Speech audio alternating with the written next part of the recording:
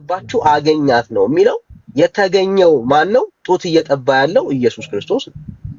ማርያም ምን እያደረገችው? ኢየሱስን አሁንም ጡት እያጠባችሁ ነው እያለ ያለው መጽሐፍ። ይሄ በምንም ታሪክ ተአምር ሊሆን ይችላል ወይ ካሉኝ አይሆንም። ምንም የሚያሳየው የሚያስተምረው ነገር የለም። ጉዳዩ አሁን እንዴት እንደማስረዳውት ይኸው በእግዚአብሔር ቃል ውስጥ አሁን ይሄ ተአምር የሚያሰኘው ምን ቁም ነገር አለው? ምን ቁም ነገር አለው? ተአምር ያስባለበት ምንድን ነው? እሱ ማርያምን ማየታቸው ነው። ምኑ ጋር ነው ተአምር የሚባልበት? ኬዙ ምንድን ነው? የለም እኮ በእግዚአብሔር ቃል ውስጥ ልታገኙት እኮ አይችሉም። ይሄንን አሁን ልንማርበትና ልናይበት የምንችለው ምንም አንዳች ነገር የለም። ኢየሱስ ካደገ በኋላ አሁንም ጡት ይጠባል የሚል መደምደሚያ ያለው ሐሳብ እንዴት አድርገን ነው ተአምር ነው ብለን የምንቀበለው?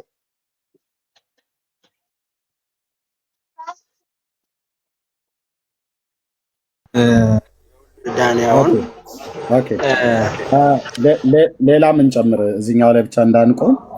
እሺ ጌታችን ወንድምነት እንዳልከው ጌታችን በምድር እንግዲህ በስጋ ከእሷ ስለተወለደ በጥበብና በእውቀት በሞገስ በሰውና በእግዚአብሔር ፊትም ስላደገ አጥብተዋል ተብሎ የተጻፈ ቃል ባይኖርም እንደ እናት ብታጠባውም ልጅ ሆኖ ስለተወለደ አይገርመንም። እህል በልተዋል፣ ውሃ ጠጥተዋል፣ በምድር ላይ በነበረበት ሰዓት ላይ ማለት ነው። እና ያ የነበረበት ዘመን እንደ ማንኛውም ሕፃን ስላደገ አንድ ልጅ እስከ 3 ዓመት ድረስ ሊጠባ ይችላል። ኦኬ በዕብራውያን እናቶችም በአረቦችም በሌሎችም ሀገራት አንዳንዴ እስከ 2 ዓመት አንዳንዴ እስከ 3 ዓመት 3 ዓመት ግን ኮመን ነው። እሺ እስከዛ ድረስ ጠባ። ኦኬ መጽሐፍ ቅዱስ ላይ እንደዚህ ተጽፎ ባይገኝም ግን ጠባ ተብሎ ቢባል አይገርመንም።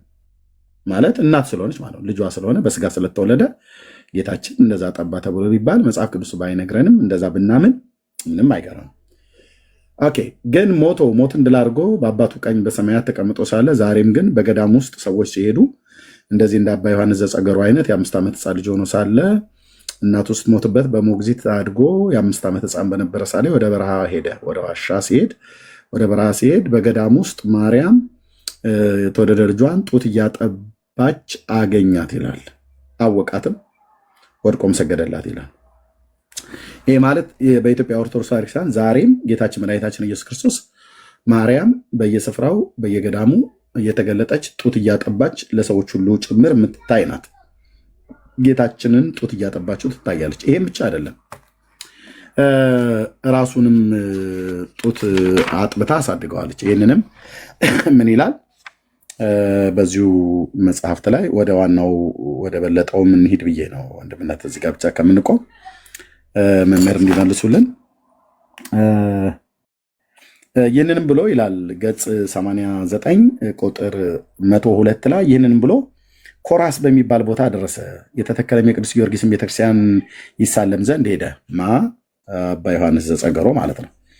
አባ ዮሐንስም በግልጥ በቅዱስ ጊዮርጊስ ስዕል ትይዩ ቆሞ ሳለ በእጆቹ ወደ እርሱ ይቀርብ ዘንድ ጠቀሰው ይላል። ጊዮርጊስ ነው ከስዕሉ ላይ በእጆቹ ጠቀሰው። እንደዚህ ባይዘ በኦርቶዶክስ ተዋሕዶ ቤተክርስቲያን ያሉ ስዕላት ቅዱሳት ስዕላት ወይ ስዕለ አድኅኖ ተብለው የሚባሉት ይናገራሉ፣ ደም ያፈሳሉ፣ ያለቅሳሉ፣ ዘይት ያፈልቃሉ፣ ይጨፍራሉ፣ ይደንሳሉ፣ ይጠቅሳሉ በአይናቸውም በእጃቸውም። እና አንዱ ጊዮርጊስ እዚህ ጋር በእጁ ነው የጠቀሰው። ይኸው በእጆቹ ወደ እርሱ ይቀርብ ዘንድ ጠቀሰው ይላል።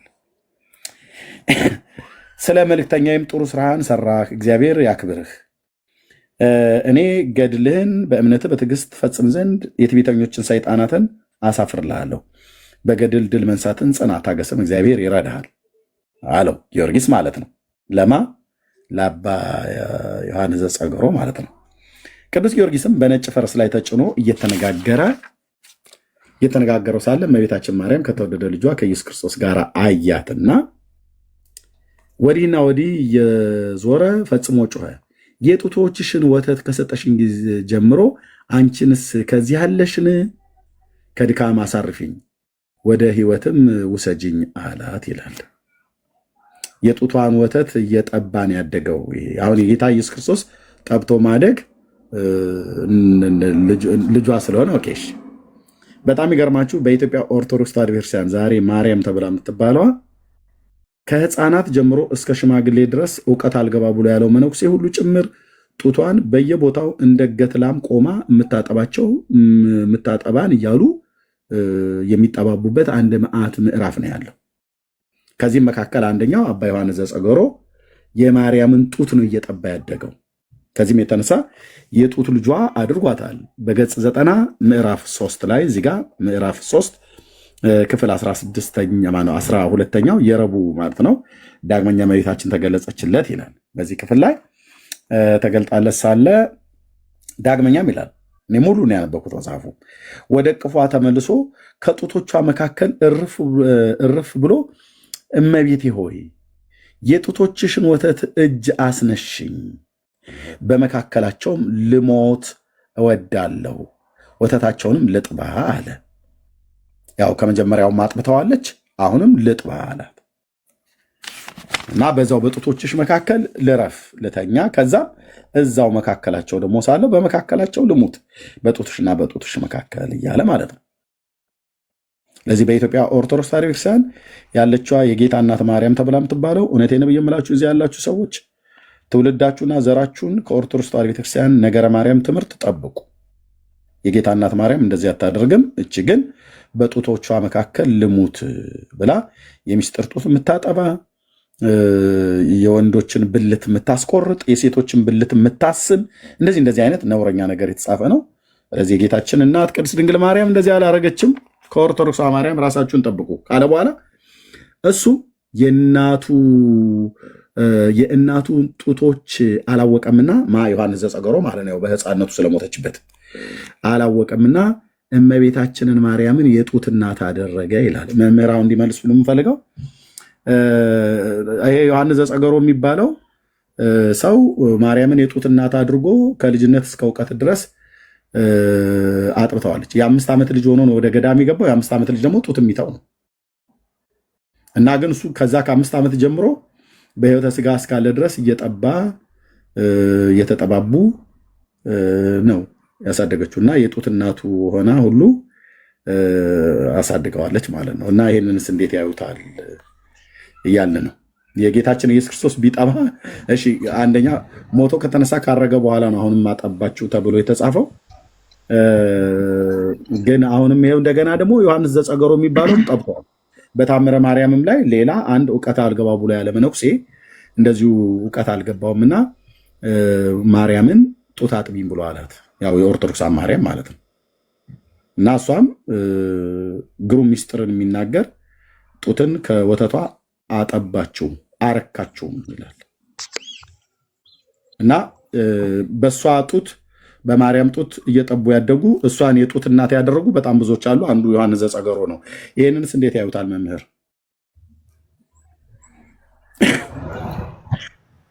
እንግዲህ ያው ወንድማችን አንዳንድ ጊዜ ያው ስትናገር መቼም አስተምሮ ስለሆነ አንተ ያለውን የዛኛውን አስተምሮ ከጥያቄ ጋራ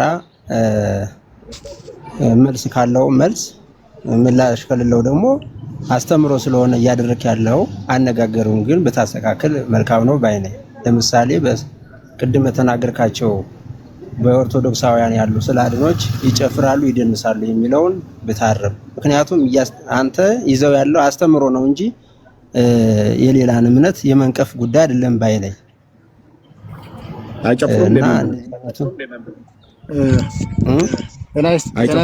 በዚህ አንድ ነገር አይጨፍሩም። የሚጨፍርና የሚደንስ ስላድኖ የለንም። ወዝ የሚያወጣ አለን። አንዴ ቆይ ፍሬ ሰባት እሰጥዎታለሁ። እርስዎን ማን ፍሬ ሰናይ እሰጥዎታለሁ። መምህር የመርቆሪዎስን ስላድኖ ያውቁታል አይደል? ሰሜን ሸዋ እና ታዲያ ያን እኮ አሸበሸበ ወይም ደግሞ እነዛን ሰዎች ሊባርካቸው ደነነስል ከመኦሆ ዘይብል እንደዚህ አንገቱን እንትን አደረገላቸው፣ ቅልስ አደረገላቸው። ይንቀሳቀሳል። አሁን ይንቀሳቀሳል። ይህም ተአምር ነው። በቃ ተአምር ነው፣ ሊቀበለው ይገባል። ስለዚህ ተንቀሳቀሰ ማለት ጨፈረ ደነሰ ማለት አይባልም። መምህር ካህናቱ በማህሌት ጊዜ ካህናቱ ከበሮ ይዘው ወረብ ተመርግዶ ወረብ ተመልሶ ካህናቱ በሚያሸበሽቡ ሰዓት ላይ ስዕሉ ይጨፍራል፣ ይደንሳል፣ አይ ቲንክ ያሸበሽባል እያሉ አይደል የሚያሳዩት። ደነሰ ብሎ የሚለው ቃል ይጨፍራል። ቃሉን አስተካክል ነው እያልኩ ያለው። ይኸውልህ አይኔ ፍቻ አይደለም የገብርኤልንም አሳየውታለሁ። ቅዱስ ገብርኤል እኮ ቃሉን አስተካክል፣ ይጨፍራል፣ ይደንሳል የሚል ስላድኖ የለም። በቃ ይንቀሳቀሳል፣ ወዝ ያወጣል፣ አዎ ያወጣል፣ ይፈውሳል፣ አዎ እኮ ምን ሲያደርግ ነው ወዝ የሚያወጣው? በቃ ታምር ነው። ወዝ ከፊቷ ወዝ ይወጣል ሁልጊዜ። አሁን ሁሉ ወዝ ይወጣል ፊቷ ላይ እንደዚህ ይወጣል። እንትን እያለ እየተቀባን እንፈወስበታለን። ይሄ አለ እኮ። ምን ሲያደርግ ነው ወዝ የሚወጣቸው? ምን ሲያደርጉ ነው? መቼም ሩጫ 10,000 ወይ 5,000 ወይ ማራቶን ውድድር ገብተው አይደለም። ምን ሲያደርጉ ነው ወዝ የሚወጣቸው? ወዝ ማለት ላበት ነው አይደል መምህር? አይደለም አንተ እንደምታስበው አይደለም። ይሄ ታምር ነው አልኩህ እኮ። ይኸውልህ ታምር ነው። በቃ ይሄ ከአይምሮ በላይ የሆነ እሳቤ ነው እንጂ እኛ እንደ ሰውኛ አይደለም። በቃ ታምር ነው። አንድ ስላድኖ በእጅ የተሳለ ስላድኖ ወዝ ሊያወጣ አይችልም። ታምር ካልሆነ እኔ ወዝ አወጣሁ ብዬ ብል ምን እያልኩ ነው? አንተማ አንተ ሰው ነህ። ተንቀሳቀስ እንደ ሰው ስለሆንክ ስትንቀሳቀስ ወዝ ልታወጣ ትችላለህ። ስትናገር ወዝ ልታወጣ ትችላለህ። ሰው ነህ። ያ ግን ወረቀት ነው ወይም ደግሞ ሌላ ደግሞ ከሆነ ደግሞ በስዕል የተሳለ አንሶላ ላይ የተሳለ በቀለም የተሳለ ስዕል ነው። ይሄ ደግሞ ወዝ አወጣ ማለት ምን ሲያደርጉ ነው ታዲያ ወዝ የሚወጣቸው መምህር? እሱ በቃ ሰውን ለመፈወስ እግዚአብሔር ምክንያት ሲያደርግ ስዕላቶቹ ካህናቱ ወረብ ሲወርቡ ያሸበሽባሉ አልተባለ? አዎ ያሸበሽባሉ። የገብርኤል ትከሻው እንደዚህ ሲነቃነቅ ይታያል ተብሎ በቤተክርስቲያን እኮ ተነግሯል አይደል? ወዴት ያው ለተከጃው ምን ሳይሆን እውነቴን ነው ብየመረው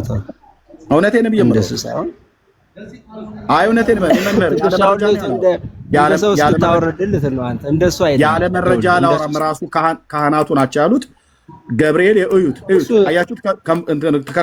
ከትከሻው እያያችሁት ነው እያሉ የሚሉት ዲያቆናቱ ቤተክርስቲያኖች ውስጥ እንደውም የኦርቶዶክስ ሚዲያ ቀራጮች ገብተው ሁሉ ሲናገሩ ነው እንደዛ የተሰማው። ስለዚህ እሱን እንኳን ራሱ አላውቀውም አለ አይደል? መስዬ መረጃ አለ አይደል? አምጪው ከፈለግሽ እህትዬው ነው ያምጪው። ያው ሰውየው ተናገረ ተብሎ ሳይሆን ስዕሉ ተንቀሳቀሰ የሚለው እንቀበላለሁ። ይኸውልህ ዋናው ለምን አንይዝ? የመርቆሪዎስ መንቀሳቀሱ በወረቡ ጊዜ ነው አይደል? አዎ ያ ምስጋናቸውን መቀበሉን አሸብሽቧቸውን የነሱን ማህሌታቸውን መቀበሉን ለመግለጽ ደስታ እነሱም ደግሞ የተለመደ ልምድ ስላለ በቃ ያ የሚንቀሳቀስበት ሰዓት ወረቡ ሲደርስ ሲያሸበሽቡ ያም ደግሞ ምስጋናቸው እንደተቀበለ ለመግለጽ ይንቀሳቀሳል።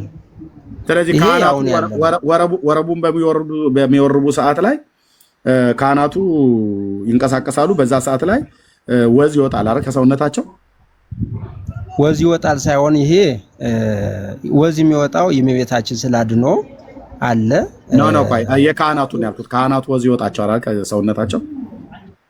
ካህናቱማ ሰው አይደሉ? አዎ ሰው ናቸው፣ ወዝ ይወጣቸዋል። እና የመርቆሪዎስስ ስዕለ አድህኖ ሲንቀሳቀስ ወዝ አይወጣው? ወዝ ይወጣው የሚል አልሰማውም። ደነነ ስል ከመኦሆ ዘይብል ወይም ተንቀሳቀሰ እሺ እንደማለት እንደዚህ ተቀብያቸዋለሁ እንደማለት አንገቱን ነቅነቅ አደረገ የሚል ነው ያለው። እንግዲህ ተጽፎ ያለው እሱማ ለነ ማን ነው? ለነዛ ሁለቱ መነኮሳት ነው። እሱ እነ ባስልዮስ ማለት ነው። ጎርጎርዮስና ባስልዮስን እሱ እዛ በአባ ጊዮርጊስ ዘጋስጫ ገድሉ ላይ አለ፣ ድርሳኑ ላይ ማለት ነው።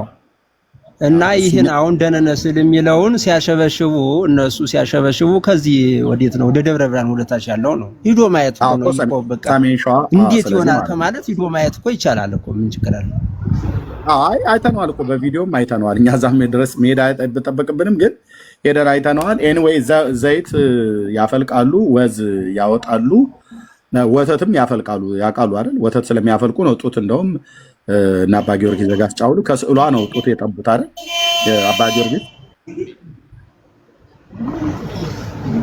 አባ ጊዮርጊስ ከስዕሏ ጡት አባ ጊዮርጊስ ከማርያም ከስዕለ አድህኖ ማርያም ጡት ጠብቶ እንደጠገበ ያውቃሉ አይደል? አይ እንደሱ ሳይሆን ይሄ ጡት የሚባለው አሁን ለሌሎች ሰዎች እንደዚህ ከመቤታችን ጡት ጠቡ የሚለው የጌታችን ኢየሱስ ክርስቶስ ጠብቶት ያደገውን ሀሊበ ድንግልናን ሳይሆን የፍቅር የጸጋ ነው ቤተክርስቲያናችን ብላ የምታስተምረው ይሄን አይነት ጌታችን ኢየሱስ ክርስቶስ የጠባውን ሀሊበ ድንግልናን አይደለም። እዚህ ላይ ያው ከጡቷ እኮ ወተት ጠባና አጠገባ ነው አጠገበችው አረካችሁ ይላል እኮ የጡቷን ወተት። ይሄ የፍቅር የጸጋ ነው። የፍቅር የጸጋ ነው። የፍቅር የጸጋ የሚባለው ወተት እንደዛ ነው። የፍቅር የጸጋ የሚባል ወተት አለ፣ የጡት ወተት። ያው እንግዲህ ሰው ሲወድ የጸጋን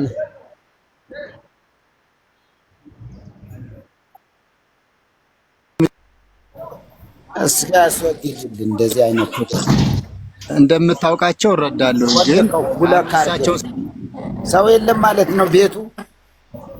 ችግር የለውም መርጌታ ችግር የለውም። ገና ጎንበስ ቀና ማለት ግን ኤርሚዬ ጎንበስ ቀና ማለት ግን ይችላል አይደለ መርጌታ አይደል? አሁን ከጠቀሱት ማለት ነው እኮ ምን ማለት ደነነ ስዕል አይደለ ያሉ ቅድም? እና ጎንበስ አለ አይደለም? አይደለም እንደሱ አላልኩም እኮ ይወጣ አሁን ሽቦታቸውን እንደመቀበል ቀደም እኮ አሉ ሽቦታቸውን ሲቀበልላቸው ደነነ ስዕል ብለው ሲዘምሩ ይንቀሳቀሳል ስዕሉ አልኩኝ። ይሄን ደግሞ ይዳጭ ማየት ይቻላል። ስዕሉ ነው እኮ ደነነ የሚለው አይደለም እንዴ? እኮ ያነ ይሄ አሁን ደነነ ስዕል ብለው ሲዘምሩ እነሱ ካህናቱ ደነነ ስዕል እያሉ ያንን ለነ ባስልዮስ እነ ጎርጎርዮስ የተደረገው ታምር እያሉ ሲዘምሩ ሲያሸበሽቡ ስላድኖ ይንቀሳቀሳል። አሁንም ይንቀሳቀሳል። እንዴት እንደሚንቀሳቀስ ይሄ በአካል የሚደረግ ስለሆነ ሂደው ማየት ይችላሉ። መሪ ቆመስ አይተነዋል እንዴት እንደሆነ ምስጢሩ። አሁን እዚህ አደባባይ አሁን ሳልናገር በኋላ ልናገረው እችላለሁ። ግን እርሶም እንዳሉ ጸለዩ ባስልዮስ ወጎርጎርዮስ ሀበስሉ ለቅዱስ መርቆሬዎስ አለ አይደል? ባስልዮስ እና ጎርጎርዮስ ወደ ቅዱስ መርቆሬዎስ ስዕል ጸለዩ። ሀበስሉ ወደ ስዕሉ ጸለዩ። ወይቤሉ ቀተልኮኑ ለኡልያኖስ ኡልያኖስን ገደልከውን አሉት።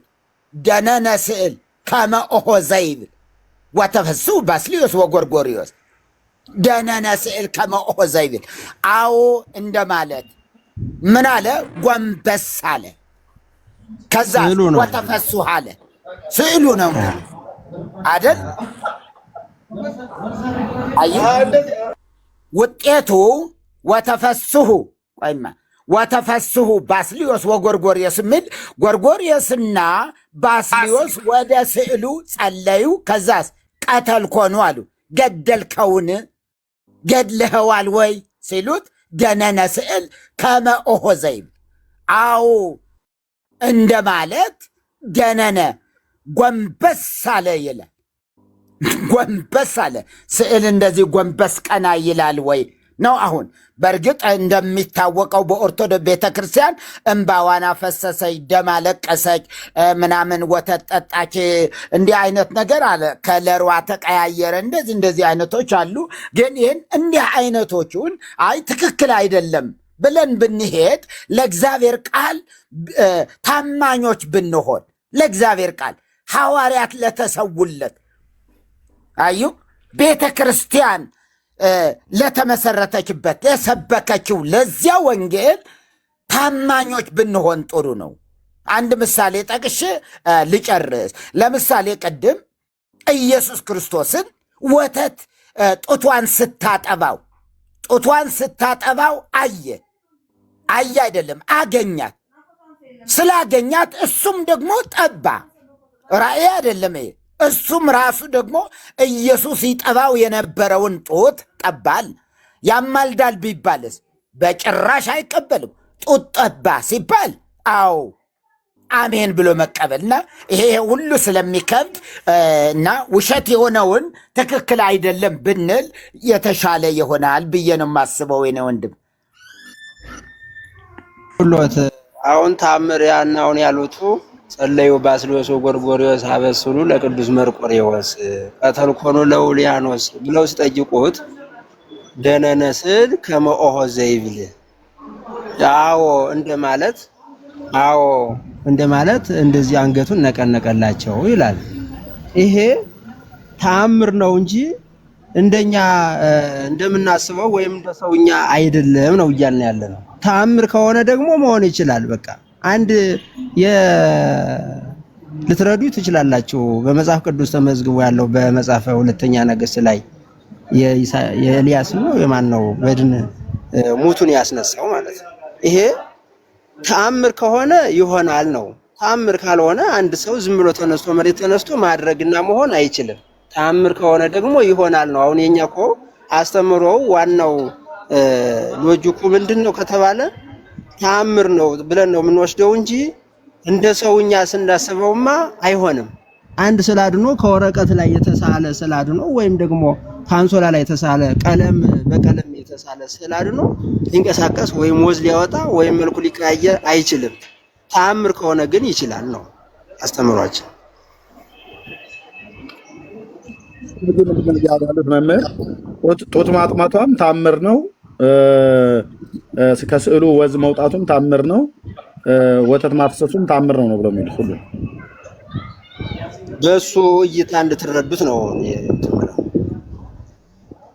እሺ፣ ስለዚህ ማርያምን በታምር ነው ማለት ነው። አባ ዮሐንስ ዘጸገሮን ጡት እያጠባች ያሳደገችው በታምር ጡት ነው የጡት እናት ያደረጋት። እንደሱ ካልሆነማ ታዲያ አሁን እመቤታችን ከሞተች ስንት ዓመት ሆነ? ጌታችንም ካረገ ስንት ዓመት ሆነ? እንደሱ ካልሆነማ እንዴት ብሎ ሊሆን ይችላል? ስለዚህ ሲጠባ ያደገው ያገኛት ሁሉ ውሸት ነው ማለት ነው። ውሸትም ሳይሆን ተአምር ነው ወንድሜ። ይኸውልህ እኔ እኮ እያልኩት ያለው ይሄ ነገር ሊሆን የሚችለው በታምር አግኝቷት ነው አይደል? እንደዛ ነው። በታምር አግኝቷት ማግኘቷ ሲያገኛትም ታምር ነው፣ ስታጠባውም ታምር ነው፣ ስትስመውም ታምር ነው። ሁሉም በታምር ነው። አንድም ጋድ የሆነ የለም። አዎ እንደዛ ነው እንጂ በግልጽማ እንዴት ነው ሊሆን? ይሄ አሁን ይሄ ሆነ በግልጽ የምትታያቸው ጊዜ አለ ተብሎ ይነገር የለ እንዴ? በደብረ ምጥማቅ ማርያም በግልጽ የምትታያቸው ጊዜ አይደለም ለክርስቲያኖች፣ ለሙስሊም፣ ለእስልምና ወገኖች ሁሉ ትታያቸዋለች ተብሎ የተጻፈው ያስታውሱታል አይደል? ታምረ ማርያም በደብረ ምጥማቅ። አዎ በራእይ የምትነጋገራቸው ጊዜ አለ። ይኸው ልበልልህ ነው። በራእይ የምትነጋገራቸው ጊዜ አለ፣ በግልጽ ደግሞ የምትነጋገራቸው ጊዜ አለ። በጋድ መጣ ማለት ነው። ያ ለሙስሊሙም ለክርስቲያኑም በደብረ ምጥማቅ ለ5 ቀን የሆነው ተአምር ነው። ያንም ያም እንደዛው 5 ቀን የሆነው። ስለዚህ በግልጽ ታይታው አይደለም ታዲያ ለአባ ዮሐንስ ዘጸገሮ ያጠባችሁ አያት እያለ እኮ ቢያትም ታዲያ በተአምር ነው እንጂ አገኛት አገኛት ይላል።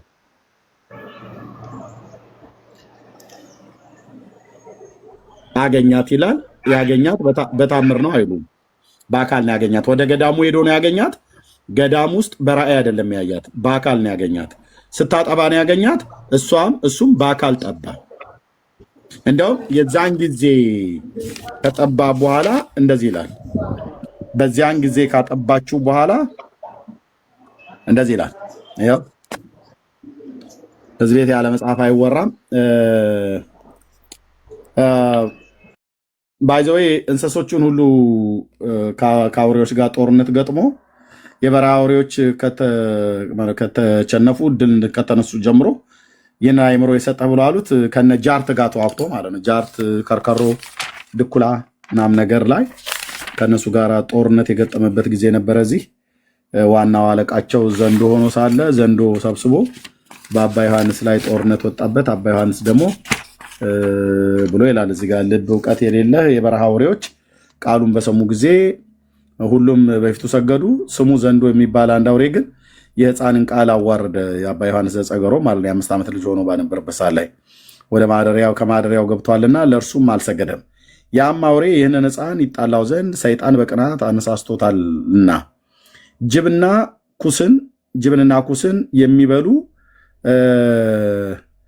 እሪያንም ጃርትን ቀበሮን ይሰበስብ ዘንድ ወደ ምድረ በዳ ሄደ። ዘንዶ ማለት ነው። እና ይሄ እንግዲህ በገሃድ ነው የሆነው። ሄደ በኃይሉም የጸና እጅግ የሚያስፈራውን ይላል። ከዛ ያም አውሬ ከጅብና ከአራዊት የሰበሰባቸውን አራዊትን ሁሉ ወደ ማዴ ይመልሱ ብሎ ሰብስቦ ጦር ሰራዊት አስከትሎ ዮሐንስን ሊዋጋ መጣ። እነ ጃርትን፣ እነ ድኩላ፣ እነ ከርከሮ፣ እነ ጅብን ይዞሉ ማለት ነው። እና ጦርነት ገጠሙ። በጦርነት በገጠሙ ጊዜ አባ ዮሐንስ በመስቀል ምልክት ዘንዶውን ምልክት አለበት እና በመስቀል ምልክት ባለበት ዘንዶ ቢቀርብ በአፍ ውስጥ ያለውን የትቢቱን ይሻር ዘንድ ባርከው እኔም አሳፍርሃለሁ አለው። ዘንዶ የሚባርክ ነው። ዘንዶን አይገስጹም፣ ይባርካል። መባረክ ምን ማለት ነው? መገሰጽ ነው አይደለም። መገሰጽና መባረክ የተለያየ ነው። እሺ እሱንም ልተው።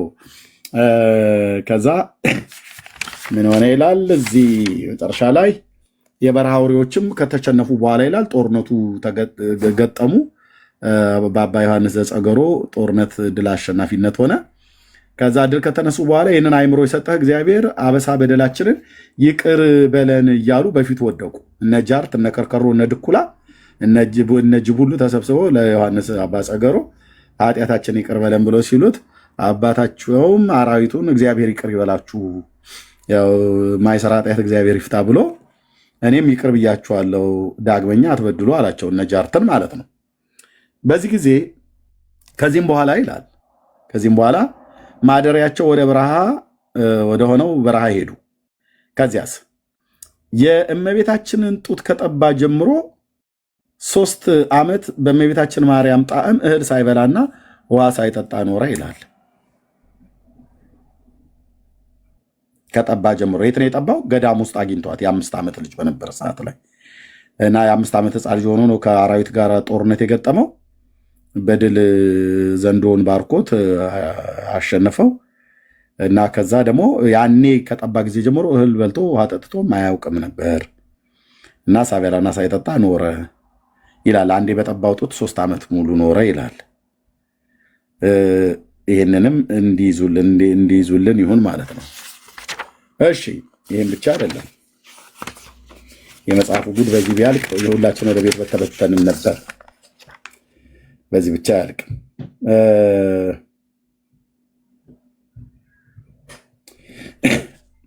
በዚህ ታምር ላይ ሊቀ ነቢያት ሙሴን ያው ያውቁታል መምህር። አለቱን ሲመታው ምን ነበር የፈለቀው መምህር? ሊቀ ነቢያት ሙሴ አለቱን በመታው ሰዓት ላይ ምን ነበር የፈለቀው?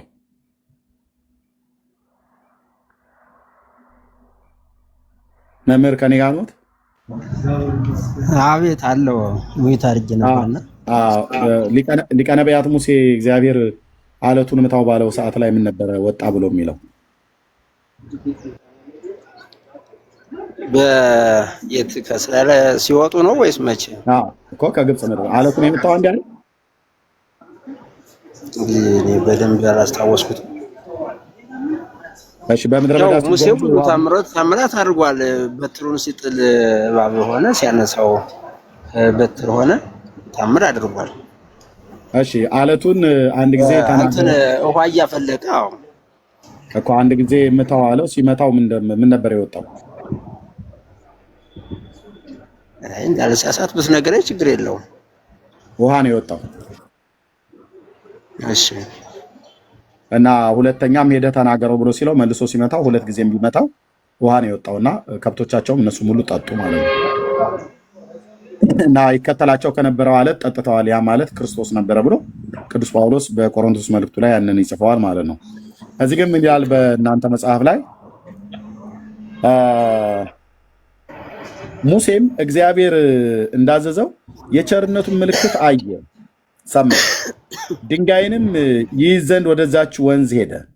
ያንንም የዓለት ድንጋይ ከ2 ከፈለው፣ በውስጡም መንታ ሆኖ የበቀለ ቡቃያ ተገኘ ይላል። የቱ ጋር ነው የተጻፈው መምህር?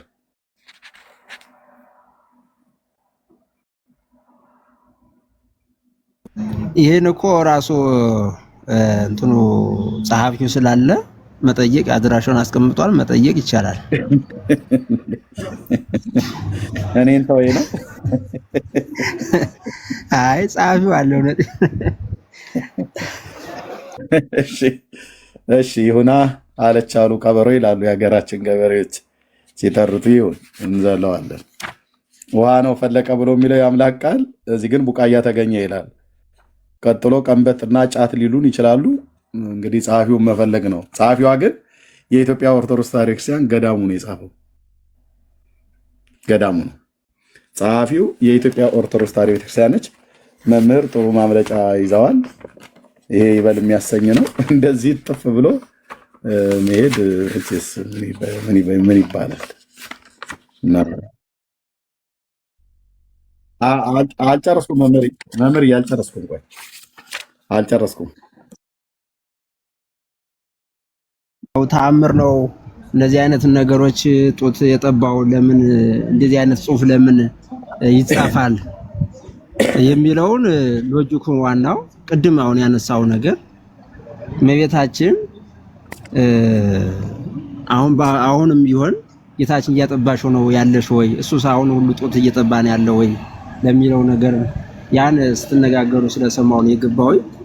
የራሴን እንግዲህ ያው በቤተክርስቲያናችን አስተምሮ እንደዚህ አይነት እንደሌለ በተአምር ከሆነ ያው ሊገለጽ ስለሚችል ታቅፎ ሊገለጽ ስለሚችል የሚለውን ለመናገር ነው የገባው። እንግዲህ ያው ብዙ ሰዓት ቆይቻለሁ። አንድ ጥያቄ ልጠይቆትና እግዚአብሔር ያክብርልን እንኳን እንደናመጡ አንድ ጥያቄ ልጠይቆትና የመጨረሻ ይሁን።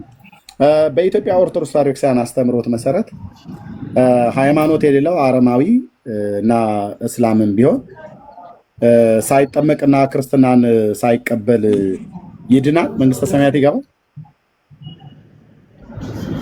እሱን ደግሞ መጽሐፍ አይቼ ብመጣ ይሻላል። አይ ለዚህ ምን ማየት ያስፈልገውታል?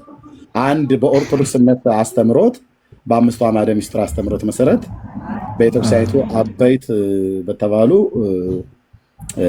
አዕማድ ትምህርት መሰረት አንድ ሰው የእስልምና ሃይማኖት ተከታይ ሆኖ አረማዊ ሆኖ ወይ መናፍቅ ሆኖ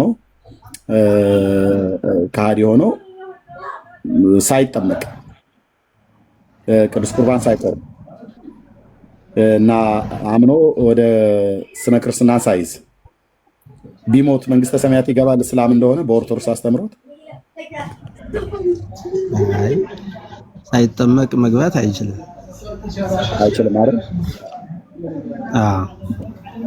ይሄ መጽሐፍ ግን እስላምም ቢሆን ይድናል፣ መናፍቅም ቢሆን ይድናል፣ ሳይጠመቅ መንግስተ ሰማያት ይገባል ብሎ ይላል። ምን ይላሉ? ሳይጠመቅ መግባት አይችልም የመጽሐፍ አስተምሯችን እንደዚህ። ግን ይሄ ይላል።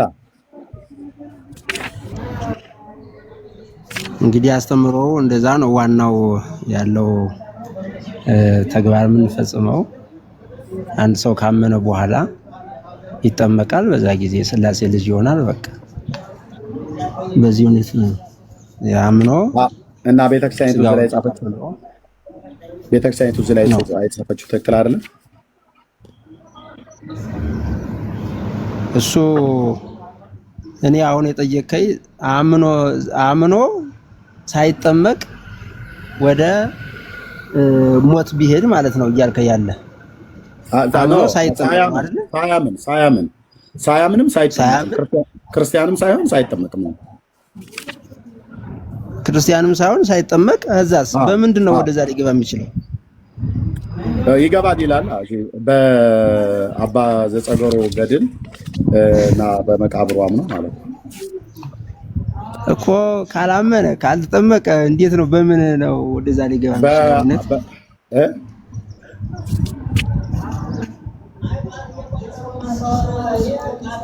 በዮሐንስ ጸገሮ ገድል አምኖ ነው። በገድሉ ስላመነ እንግዲህ እሱ እኔ እንደሱ ሳይሆን ሰው አምኖ ተጠምቆ ምን እንደሚል ላሳየሁት መምህር ገጽ 248 ቁጥር 63 ላይ እሺ ቆላ አነባዋለሁ። አባታችን ክርስቲያንም ቢሆን ያልተጠመቀ አረማዊም ቢሆን በምድር ላይ ስሜን የጠራ መታሰቢያዬን ያደረገ ይላል። ተው በቃ ያው ነው አረፍተ ነገሩ። ሐዋላ እሺ፣ እስከ ስንት ትውልድ ትምርልኛለህ ጥያቄ ነው አለው።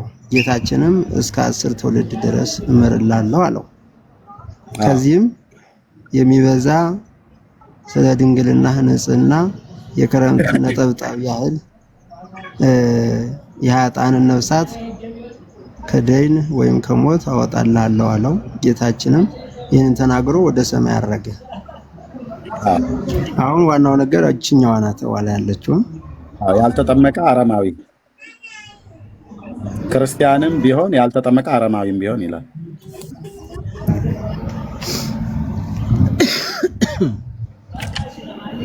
እንደዚህ አይነት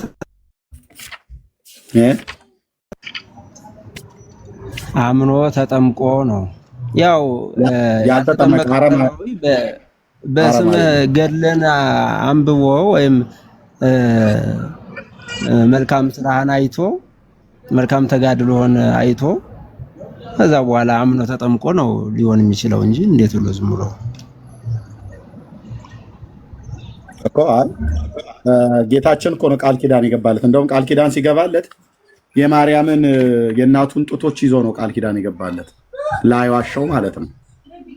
ላይዋሻው እዚህ ቁጥር 33 ላይ ይታየውታል። ገጽ 279 ማለት ነው። ይህንንም ብሎ እናቱን አመጣለት፣ ጡቶቿንም ይዞ በጡቶቿ ማለለት ይላል።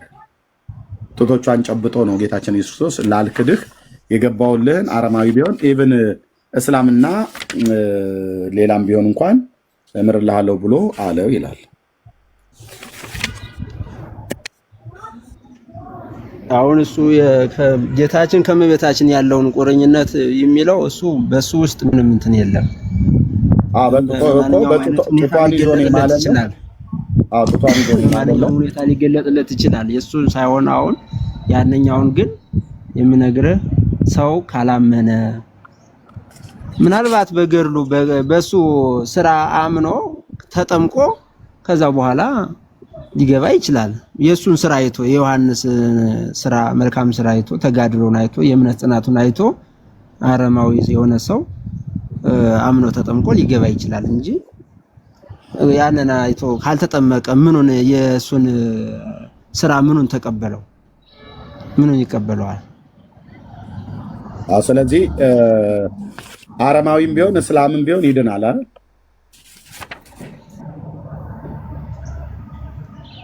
ካመነ ከተጠመቀ ነው ሊድን የሚችለው። ሳይጠመቅና ሳያምን እንደሱማ መቼ? እሱ እኮ ካመነ በገድል በታምራትህ ያመነ ነው እኮ። ካመነ ደግሞ አምኖ ተጠመቀ ማለት ነው። ያንን ገድሉን ታምራቱን አይቶ ካመነ ማለት ያው ተጠመቀ ማለት ነው። ያላመነና ያልተጠመቀ ሰው ገነት መግባቱን እሺ ይቅር፣ ቤተክርስቲያን መግባት ይችላል። እስላም ቢሆን ንዑሰ ክርስቲያን ቢሆን አጠቃላይ ቤተክርስቲያን መግባት ይችላል። ሰው እስላም ሳይጠመቅና ሳያምን ቤተክርስቲያን መግባት ይችላል። በኦርቶዶክስ ሃይማኖት ይጠመቅ ይመጣል እንጂ እሱ ምን ሊያደርግ ይመጣል? ምን ያደርግ? መግባቱ መውጣቱ እኮ አይደለም ትርጉሙ እኮ። ቢመጣ ግን ይገባል እኮ የሚከደው ሊጸሎት ሊደረግ አገልግሎት ሊሰጥ ለእግዚአብሔር ያምልኮ ስጋው ደግሞ ለመቀበል ጸሎት ለማድረግ ያው በቃ መንፈሳዊ ስራ ለመስራት ካልሆነ ምን ሊያደርግ ይላል? ሌላ እንዲህ ይላል መምህር ገጽ 356 ላይ ቁጥር 14 አባታቸውም እንዲህ ሲል ተናገራቸው፣ አትፍሩ አትደንግጡ፣ እኔ የምስራቁ አባታችሁ ነኝ። ይህቺ ቀን የፍልሰቴ በዓል ሆናለችና የተከበራችሁ ልጆች ሁላችሁ ልጆቼ ሆይ ወደ እናንተ መጥቻለሁ። የፍልሰቴን ተአምር እንድታዩ አማኞች ሁሉ እባርክና ቀድስ ዘንድ በዚች ቀን እግዚአብሔር ክብር የሰጠኝ የዚችን ቀንም ታላቅ ሆነች። በዚችም የመቃብሬ ቦታ በመታመን ተቀምጦ ያለ እንቅልፍ ያደረውን ጌታ ኢየሱስ ክርስቶስ እምርልሃለሁ አለኝ። ልብ በለው ቀጥሎ የሚናገረውን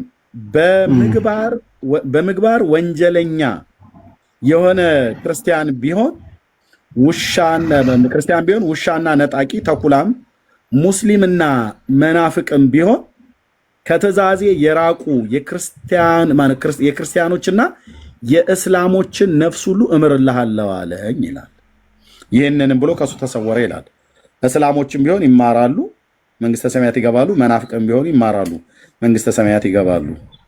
በምን ነው ማመን የሚጠበቅባቸው? በክርስቶስ ኢየሱስ በጌታችን ከቅድስት ድንግል ማርያም ሰው ሆኖ መወለድ ብቻ አይደለም ማመን የሚጠበቅባቸው በዘርአ ብሩክ የመቃብር ቦታ ማለት በዮሐንስ ዘጨጌ የመቃብሩ ቦታ ማለት ነው። የእስላሞችም ነፍስ ሁሉ እምርልሃለሁ አለኝ ይላል። እስላሞች ሁሉ ይማራሉ። በአብ ወልድ መንፈስ ቅዱስ ማመን አይጠበቅባቸውም።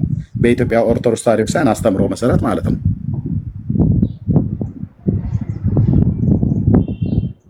አረማዊም ቢሆን መናፍቅም ቢሆን ይድናል።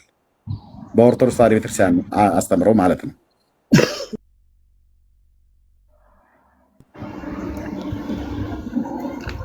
መምህር ይሰማል። በደንብ ለመሰማት የተነጋገርነው ዙሮ ያው ቅድም የተነጋገርነው ነገር ነው። ሰው የቅዱሳን ስራ አሁን ይገላት በአጠቃላይ በእኛ ቤተክርስቲያን አስተምሮ መሰረት ገላት ድርሳናት ለሰው ልጅ አራያ ማንን ታደርጋለህ ተብሎ አንድ ሰው እንትን እንደሚባለው ለዛ ሰው ለበጎ ስራ የሚነሳ ሙስሊሞችም ቢሆን እኮ የሙስሊም ሰዎች ነፍስን እምራለሁ ብሏል ጌታችን። ጡት ይዞ ነው ጡቱን የእናቱን ጡት እንደዚህ ይዞ ነው የማለለት፣ በጡት ነው የተማለለት መጽሐፋችን እንደሚናገረን። ስለዚህ በመሐላ ውስጥ ሙስሊምም ቢሆን መናፍቅም ቢሆን ከትእዛዜ የራቁ ክርስቲያኖችንና የእስላሞችን ነፍስ ሁሉ እምርልሃለሁ አለኝ። ይህንንም ብሎ ከእሱ ተሰወረ ይላል። ጌታችን አይዋሽም አይደል? እሺ ብሩኬ ወንድምነት ቀጥል። ጥያቄ አለኝ እያለ ነው ከላይ።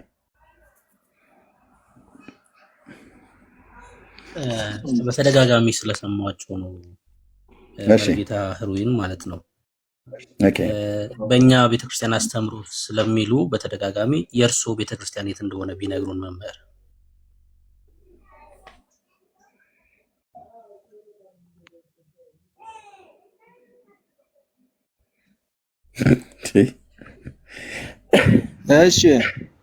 እሺ ቡሩክ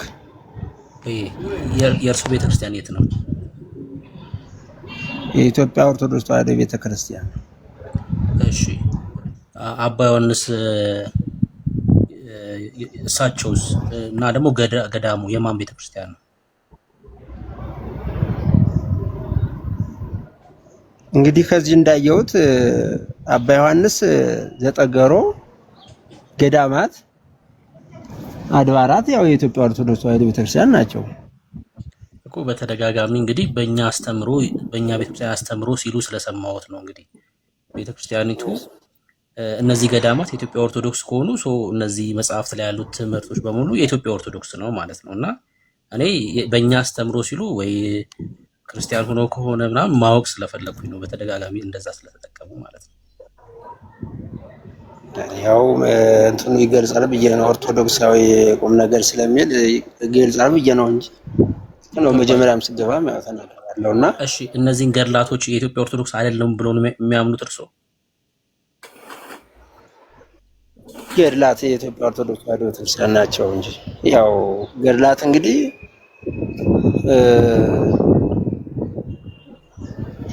በፊት ተሰንደው የተቀመጡ ከብራና ይመጡ አሉ። ዝም ብለው በቅዱሳን በአንዳንድ መምህራን የቆዩም አሉ፣ የሚጻፉ አሉ።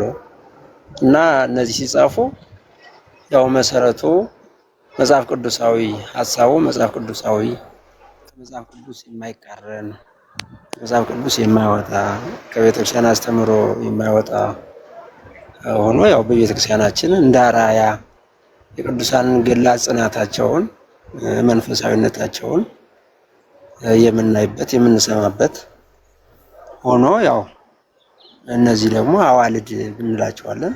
አዋልድ ማለት ልጆች የምን ልጆች ካልን ከመጽሐፍ ቅዱስ ተመንዝሮ ይወጡ የዛን ሐሳብ ይዘው በዛ መሰረት ቅዱሳን ያደረጉትን ስራ የሚናገር ነው እንጂ ከዛ የተለየ ወጣ እንትን የለውም እናምናለን። እሺ ያ ከሆነ በእኛ ቤተክርስቲያን አስተምሮ የሚለው ንግግሮች ስህተት ነው ማለት ነው። የመጀመሪያው እሱ እንዲታረም ነው። ምክንያቱም እነዚህ መጽሐፍት የኢትዮጵያ ኦርቶዶክስ ከሆኑ ከመጽሐፍ ቅዱስ የተቀዱ ናቸው ብሎ የሚያምኑ ከሆኑ በቃ የቤተክርስቲያኒቷ ትምህርቶች ናቸው ማለት ነው። እሱን ማንሳት ስለፈለኩ ነው። ሁለተኛው ሀሳብ ግን ከመጽሐፍ ቅዱስ የማይቃረኑ ሲሉ ሰምቻለሁ። አሁን ለምሳሌ አሁን ኤርሚስ ያነበው የነበረው መጽሐፍ ላይ ሙስሊም የሆነ ሰው በአቡነ ጨጌ ኪዳን እንደሚድን ይናገራል። ይሄ ከመጽሐፍ ቅዱስ ይጣረሳል ወይስ አይጣረስም? አሁን ይኸውልህ ቅድም ተናግሬዋለሁ። በአጠቃላይ ገድላትና ድርሳናት ሲባል በቃ በመንፈሳዊ ማለትም በዚህ በተአምር የተሞሉ ናቸው። በተአምራት ሊደረጉ የሚችሉ በዛ መካከል አሁን ከምንሰማቸውም ከምናያቸው መጻሕፍትም በእኛ አይምሮ ሊሆኑ የማይችሉ አሉ እያልኩኝ ነው።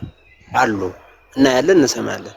ይህን ደግሞ እንደኛ ሐሳብና እንደኛ እንደ ስጋዊ ካሰብነው ሊሆን አይችልም። እሺ ተአምር ነው ካልነስ ይሆናል። ይሄ ነው የኔ ሐሳብ። ጥቅሉ አጠቃላይ እንደዚህ ነው። በቃ ገድላትና ድርሳናትን የምንወስዳቸው በዚህ ሁኔታ ነው እንጂ እንደዚሁ በእኛ ሐሳብ አቅጠንን ከወሰድናቸው ልክ ሊመጡ አይችልም ነው። እሺ ጥያቄውን መቀየር እችላለሁ። በነገራችን ላይ ተአምር እንኳን ቢሆን ከመዳን አንጻር ምንም ከእግዚአብሔር ሐሳብ የወጣ ተአምር ሊኖር አይችልም እዚህ ምድር ላይ። እግዚአብሔር በልጁ በክርስቶስ ኢየሱስ ብቻ መዳን እንደሆነ ስለነገረ ከዛ ውጪ የሆነ የመዳን ተአምር ሊኖር አይችልም መጽሐፍ ቅዱሳችን እንደሚነግረን። ግን እንደዚህ ልጠይቁት፣ እነዚህ ገድላትና ድርሳናት የሰው የልብ ሐሳብ ናቸው ብለው ያምናሉ እርሶ?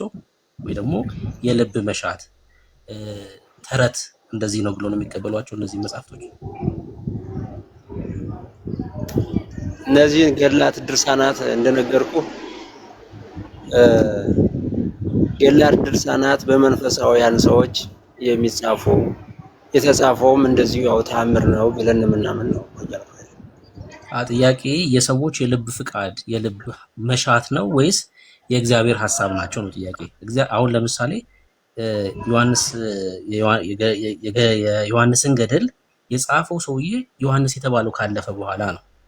በእግዚአብሔር ምሪት በእግዚአብሔር መንፈስ እየተገለጠለት ነው የጻፈው ወይስ የልቡን መሻት ወይ ከሰዎች የሰማውን ነው የጻፈው? ይሄን መጽሐፍ ሲጽፍ መጀመሪያ ማሳሰቢያው ላይ ምን ይላል? እንደዚያ ሲጽፈው ማን ጻፈው፣ እንዴት ጻፈው የሚለው ማሳሰቢያው ላይ እኮ ይኖራል። እርሱን እየጠየቅኩት ነው። ምን ብሎ ያምናሉ? እርሱ እስትንፋሰ እግዚአብሔር ናቸው ወይስ የሰው ሐሳብ ናቸው ነው ጥያቄው። በቀልባቸው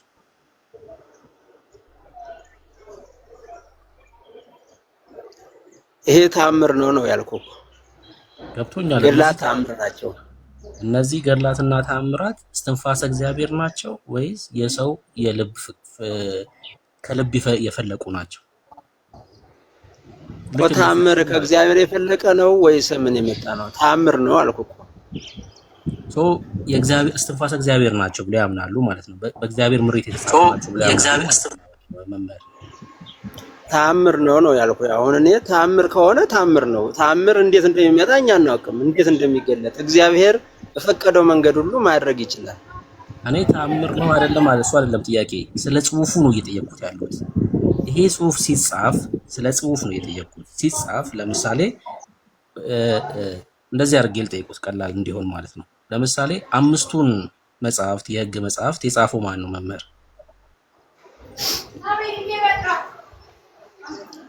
እሺ ሰላም ወደሱ ሳይሆን አሁን በቃ ያለነው ለዚህ ነው። እኔ የሰጠሁትን ሐሳብ ሰጥቻለሁ አይደለም? አዎ 5ቱን የህግ መጽሐፍት የጻፈው ማን ነው መምህር? እሱን አይደለም አሁን ያለነው ዮሐንስ ዘጠገሮ ብቻ ነው ያለነው። እሺ ዘፍጥረትን የጻፈው ማን ነው? ቀላል እንዲሁ ስለ ገድለ ዮሐንስ ዘጠገሮ ነው እያወራን ያለው አሁን። እሺ ዮሐንስ ዘጠገሮ ካለፉ በኋላ ነው አይደል መጽሐፉ የተጻፈው? ከሞቱ በኋላ። ማን ካለፈ በኋላ?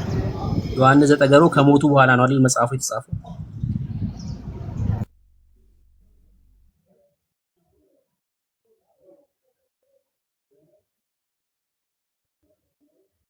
መቼ እንደተጻፈ አላውቅም። አያውቁትም። ጻድቅ ኖት መምህር? ጻድቅ ነህ የሚል ስም አልጻፍኩም እኔ። አይ ጻድቅ ኖት ወይ እርሶ? አይ ስለኔ እግዚአብሔር ብቻ ነው የሚያውቀው። ስለኔ ስራ እግዚአብሔር ብቻ ነው የሚያውቀው። አያውቁም እርሶ? ኦርቶዶክሳውያንን ሲያስተምሩ በክርስቶስ ኢየሱስ እንደጸደቁ ያስተምራሉ ወይስ አያስተምሩ? እሱ ያው የራሴ አስተምሮ ነው የሚሆነው። እኮ እርሶ ጻድቅ እንደሆነ አስተምር ካልከኝ የራሴን ሰዓትና ደቂቃ ስጠኝ ላስተምር። አሁን እዚህ አስተምር ካልከኝ ላስተምር እችላለሁ፣ ግን እኔ የማስተምረውን እንትን ልል አልችልም እኮ። ልፈቅድሎት ነው እንዲያስተምሩ ማለት ነው። የማያውቁ ከሆነ ግን እርሶ ጻድቅ መሆኖትን የማያውቁ ከሆነ ለምእመኑ ሲያስተምሩ ምን ብለው ነው የሚያስተምሩት? እሱ የራሴ ምን ብዬ ማስተማር እንዳለብኝ ቤተክርስቲያን የሰጥሽ እንትን አለ፣ በዛ መሰረት ላስተምር እችላለሁ። በስራ ነው አይደል በኦርቶዶክስ የሚጸደቀው? እሱን ደግሞ በርዕስ ብናወራ ይሻላል እኮ። አሁን እሱን እየጠየቅኩት እኮ ነው። ችግር የለውም። በስራ ነው አይደል የሚጸደቀው መምህር? አሁን ይኸውልህ ከኮንቴክስቱ የወጣን ይመስለኛል። አይ ይፈቅድልናል። ችግር የለውም። ኤርሚ ችግር የለውም፣ ፈቅዶልናል። እና በስራ ነው አይደል የሚጸደቀው? ቀጥሉ። ችግር የለውም። አይ በቃ ፈቅዶልናል። በስራ ይጸደቃል። በስራ ነው አይደል የሚጸደቀው በኢትዮጵያ ኦርቶዶክስ መምህር?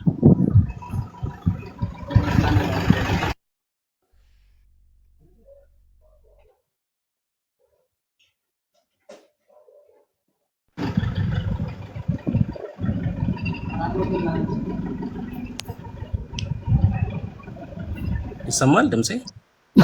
ስለዚህ ያው ለብሩክ ምንድነው መሰለህ በተጠየቀውን የሀሳብ ልሰጥ የመጣሁት በዛ በቅድም የተባለው ነው። በተአምሩ ነው። ይሄ ተአምር ነው። የቤተክርስቲያናችን ተአምር ደግሞ እግዚአብሔር በፈለገው መንገድ ሊገለጥ ይችላል፣ ሊገልጥ ይችላል፣ ሊያደርግ ይችላል የሚለውን ሀሳብ ልሰጥ ነው የመጣው። አስተምሮ ደግሞ የቤተክርስቲያንን አስተምሮ አስተምር ካልከኝ ደግሞ ላስተምር እችላለሁ።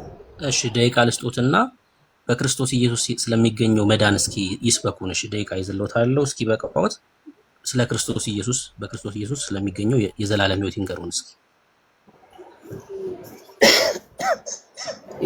ቤተክርስቲያናችን አስተምሮ መሰረት የኛ ዋና እንድንጽፍ ጥቅስ እየነገሩን ማለት ነው። እሺ እንድንጽፍ የማርቆስ ወንጌል ምዕራፍ 16 መጨረሻው ላይ ያለውን ቃል ያመነ የተጠመቀ ይድናል፣ ያላመነ ያልተጠመቀ ግን ያው ይፈረድበታል ማለት ነው።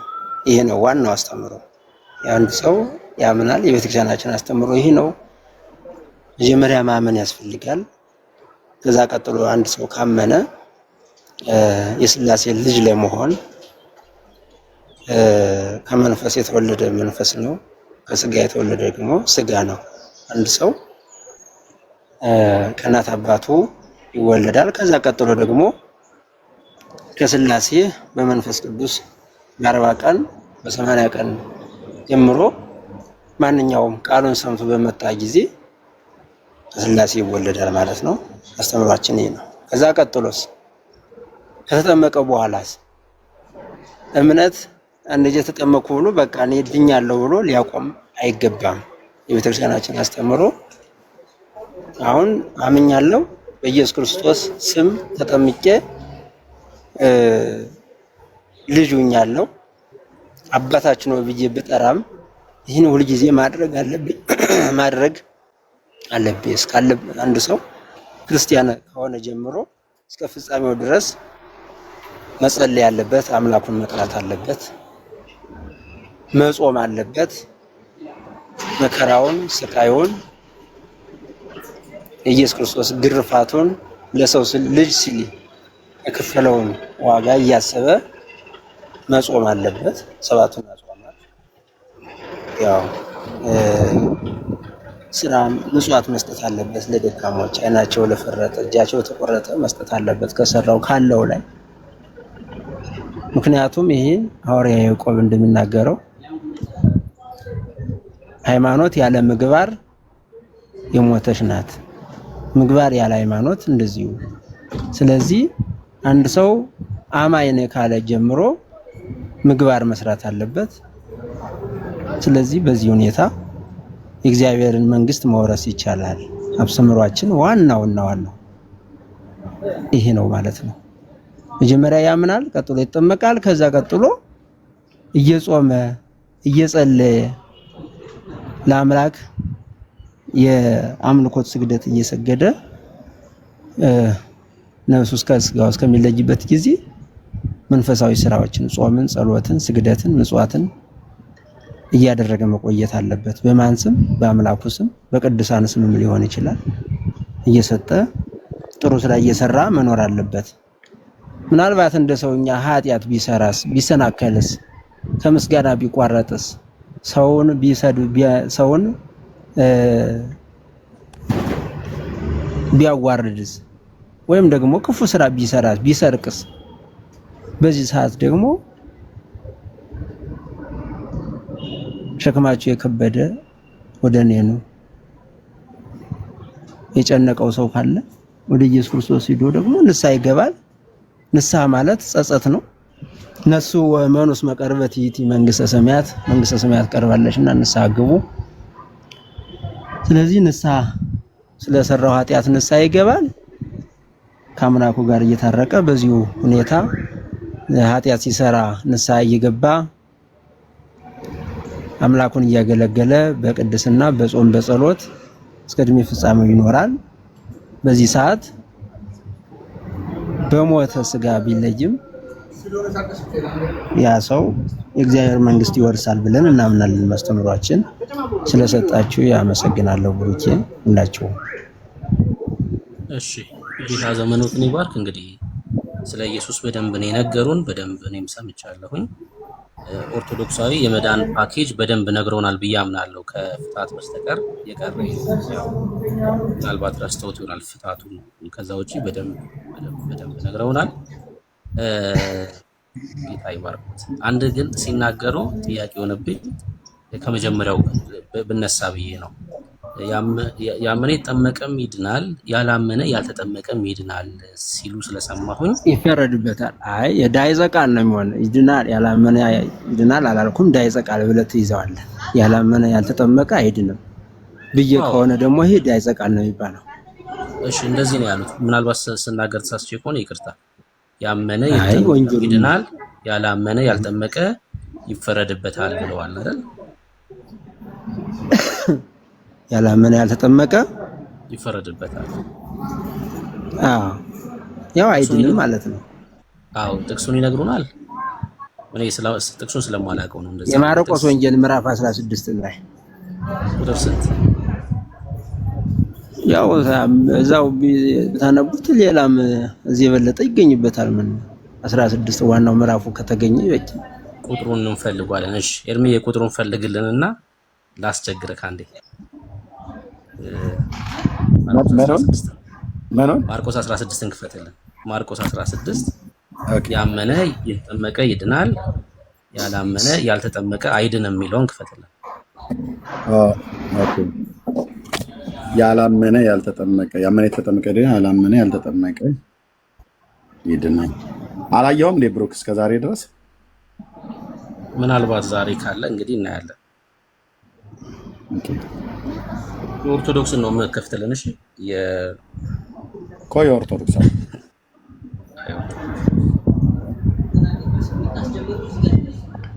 ብዙ ጊዜ እኮ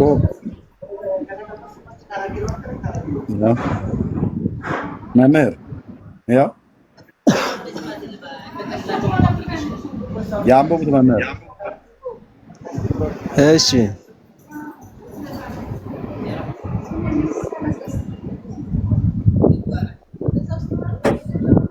የነበበ ያመነ የተጠመቀም ይድናል፣ ያላመነ ግን ይፈረድበታል። እርሱ ያላመነ ያልተጠመቀ ይፈረድበታል ስላሉ አዲሱ ነው መምህር። ይሄን ነው ሌላ ጥቅስ ነው የፈለጉት? ምንም አዲስ ነገር የለውም እኮ ይሄው። በቃ አንድ ሰው ያ ተቃራኒ ማለት ነው እኮ በቃ ቃሉ ነው። ሀሳቡን ችግር የለውም ያብራሩልናል፣ ችግር የለውም። ቃሉ ላይ ግን ያላመነ ያልተጠመቀ ሚል የለም እያልኩት ያለው።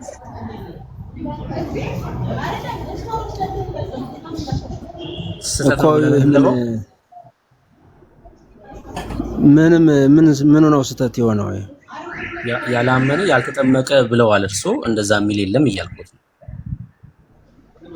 አይ እንደዛ ነው።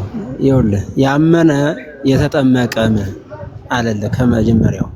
ከዛ ያው ዙረ ያንን ደግሞ አዙረ መገልበጥ ነው በቃ፣ ሌላ ምንም እንትን የለውም።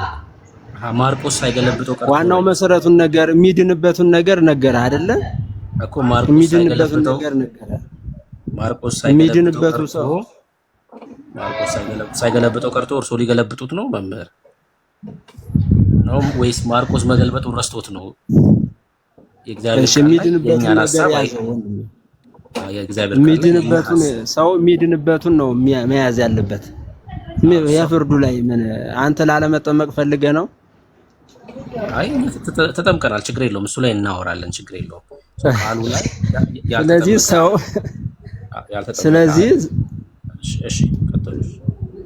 ስለዚህ በቃ ያው ካመነ ከተጠመቀ ይበቃል። ከተጠመቅም እና ለዚህ ነው ሰዓት እንትን ብሎኛል። አይ አረቆይ አንተ ደግሞ ሌላ ጊዜ እመጣለሁ። ሰላም እግዚአብሔር ከሁላችን ጋር ይሁን። አመሰግናለሁ ለነበረን ቆይታ። አይ አንድ ጥያቄ አለኝ መምህር። ያን ሁሉ ሰምቼማ እንዴት ቅድም ሲያስተምሩ ስለ ኢየሱስ ክርስቶስ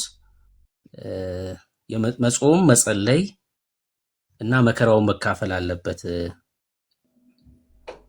ሄዱ መምህር ገልብጦ ብለውኝ ሄዱ። በቃ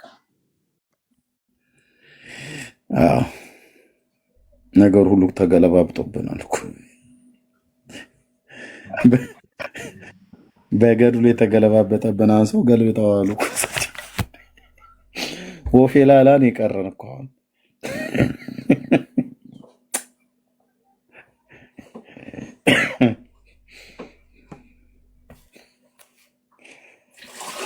እሺ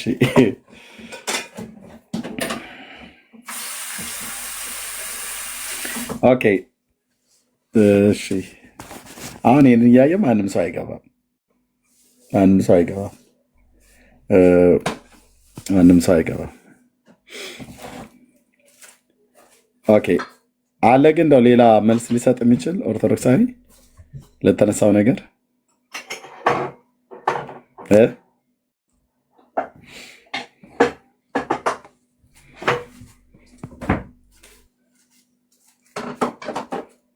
ምን ላርግ ታዲያ? አሁን ያመጣው ነው ኤርሚያስ ደነገጣቸው ምናምን ነገር አይሰራም። ምን ላርግ ታዲያ? እኔ መጽሐፋቸውን ያመጣሁት ወይ አገልግሎት ማቆም አለብኝ ወይ ውሸትን እንደዚህ እያጋለጥኩ እውነትን መስበክ አለብኝ።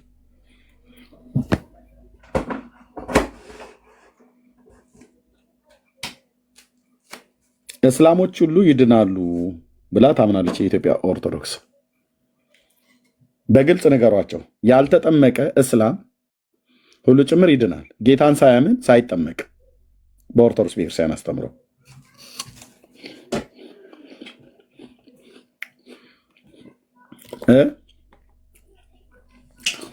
ለዚህ ነው በቃ እነሱ ጋር ወንጌል መስበክ የሌለው።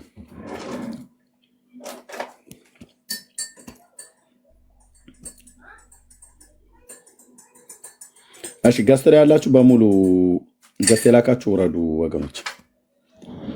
ማንኛውም መለየት እስከማንችል ድረስ ማለት ነው። በሙሉ ጥቅጥቅ አድርጋችሁ ይዛችሁታል። እንግዳ እንኳን ለማስገባት አልቻልንም። እሺ ለማንኛውም እህትየው ሰላም በይ። መሲ ቤካም ወንድምነት ሰላም በሉ። ብሩኬ ወንድምነት ቀጥሉ። ትንሽ ምንድነው ራት ነገር ነው መክሰስ ነው የሚባለው። ራት ነገር ልብላ። ቴንክ ዩ ብሩኬ ያለ አይደል?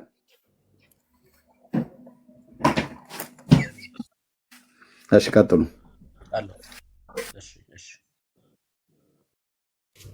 ሰላም የጌታ ጸጋ ሰላም ይብዛላችሁ። የተወደዳችሁ ክርስቲያን እህት ወንድሞቼ ሁላችሁንም ሰላም ብያለሁ። ተባረኩ። ቪዲዮ ላሳይ ነበር የገባሁት። መምህሩ ወርደዋሉ። ጸጋ ይብዛላችሁ። ተባረኩ።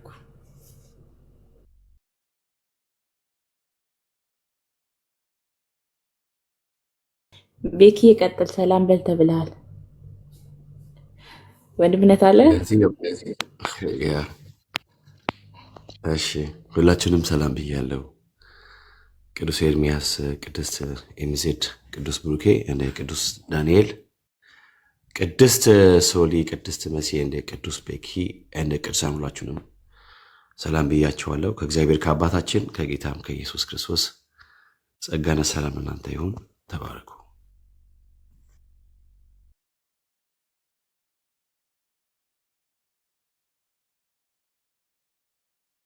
ቅድስትና ቅዱስ ሆኖ ስማችን እኮ ሶሪ። እሺ ወንድምነት አለ እንዴ ዳንዬ? እኔ ጋር 4 ሰዓት ያህል ስለቆየን በዚህ መጽሐፍ ላይ አልጨረስኩም። ገና ጉርታ ያላችሁ የአቡነ ተክለ ሃይማኖት እግር በምን የተቆረጠው እያሰባችሁ ጠብቁኝ። በሌላ ቀን ጌታ ይፈቅድ። የአቡነ ተክለ ሃይማኖት እግር ያቡ ሲወርድ ነው ያ እንትሩን ዳገቱን መረጃ ሀብትዬ ሲሄድ ማለት ነው። ዘመኑን ለመጠየቅ ሀብትዬ ሲሄድ መረጃ ታመጣ። ብሩክ ሲጸልዩ አይደለ እንዴ? ለረጅም ጊዜ ቆመው ሲጸልዩ አይደለ እግራቸው የተቆረጠ? ተነጋገሩ ከቤተሰቦቻችሁ ጋር ተደዋውላችሁ ቴክስት ተደራርጋችሁ በምን እንደተቆረጠ ታመጣላችሁ። እንደዚህም ብሎ ተክልዬ ጻድቁ የሚባል ነገር በምን የተቆረጠው እግራቸው ሲጸልዩ ደክሞ መሰለኝ እግራቸው ተቆረጠ። እርሚ መረጃ ታመጣለህ። ሰውን ምን ማለት ነው? አንቺ ሰው ሲደክመው ይቀመጣል እንጂ እግሩ ይቆረጣል እንዴ? ምን ማለት ነው መሰለኝ? አይ እግሩ ደከመውና ተቆረጠ ማለት ምን ማለት ነው? ደክሞ ይቀመጣል ሰው እንጂ አይቆረጥም። ሱባኤ ገብተው ለረጅም ጊዜ ሲጸልዩ ደክሟቸው እግራቸው ተቆረጠ። ላይ እንደዛ መሰለኝ የሰማሁት እኔ እኮ። ከተቆረጠም ሁለቱም ነበራ መቆረጥ የነበረው ግን እኮ ተአምር ለማየት አይመስላችሁም? አድርገዋል አይደል? ክንፍ አውጥተው ምናምን። አይ ገና ጉድ ይፈላል። ጉድ ይፈላል። ጉድ ይፈላል። ዳኒ በነገራችን ላይ ማለት ነው በዚህ ዘመን ቢሆን ተክልዬ የነበረው አንድ እግር አስቆርጦ 6 ክንፍ ከፍ በቀለለት እኮ በቃ አትርፏል። የሰውዬ የታክሲ ሰልፍ የለ ምን የለ ከፒያሳ መገናኛ አሞራ ሆነ በቃ የሰውዬ እኮ በሁለቱ ክንፍ ይቆማል። በሁለቱ ክንፍ ጃንጥላ ይሆንና ግን ማን በቀለላቸው? ወንድምነት ሰው አይደሉ እንዴሳቸው ለመላእክት ነው። እኔ ክንፍ ማቀው በቀለ እንግዲህ በቀለ ከተባለ ያው በቀለ ነው እኮ። እንዴት በቀለ? ዝም ብለሽ ምንድን ነው? እንዴት በቀለ? ለምን በቀለ? ምንድን ነው? አሜን ነው ማለት ነው። እኔ በጣም ያበሳጨኛል ኤርሚዬ። ቅዱሳን ክንፍ በቀለላቸው በደም እንዴት ነው የሚበቅልላቸው? መሲ በጣም ቅናት ነው የመሰለብሽ እና ቅናት መሰለብሽ።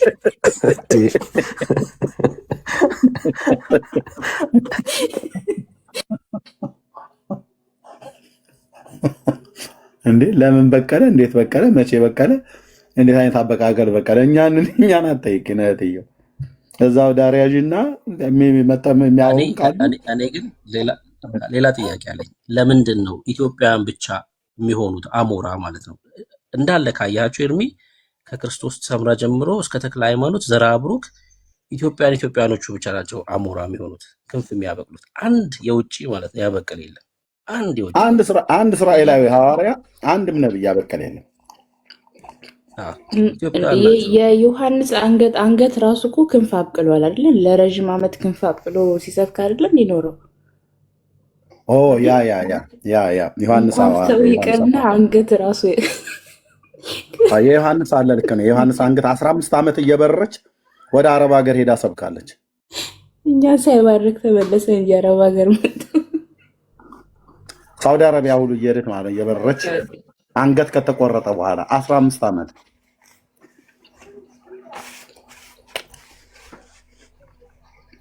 ይሄንን አሁን ባለማመናችን እኛ መናፍቃን እንባላለን።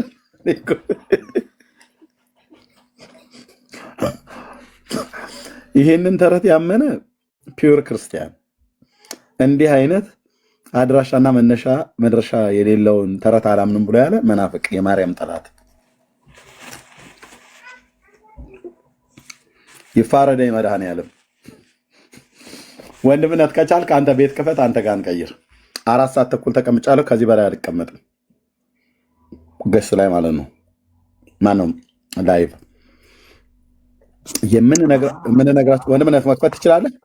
እሺ የተወሰነ ሰዓት አለኝ። 1 ሰዓት ከምናምን መክፈት እችላለሁ። የተወሰነ ሰዓት አለኝ፣ መቆየት እንችላለን። ችግር የለም። እሺ ወጥተህ ክፈት። በቃ እንመጣለን አንተ ጋር። ኦኬ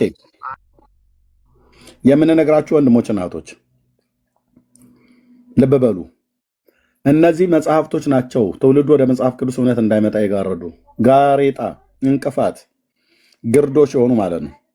እነዚህ መጽሐፍቶች ሲነኩ ነው ከኦርቶዶክሳውያኑ ጀምሮ የወንጌል አማኞች ነን ብለው የሚሉ ሁሉ ጭምር ሳይቀር አንዳንዶቹ የተንጫጩት ማለት ነው። በጫጫታቸው ምን አተረፉ? ምንም አያተርፉም። ምንም አላተረፉም። ሊያተርፉም አይችሉም። ያው ለጊዜው ተወዳጅነትን ሊያገኙ ይችላሉ።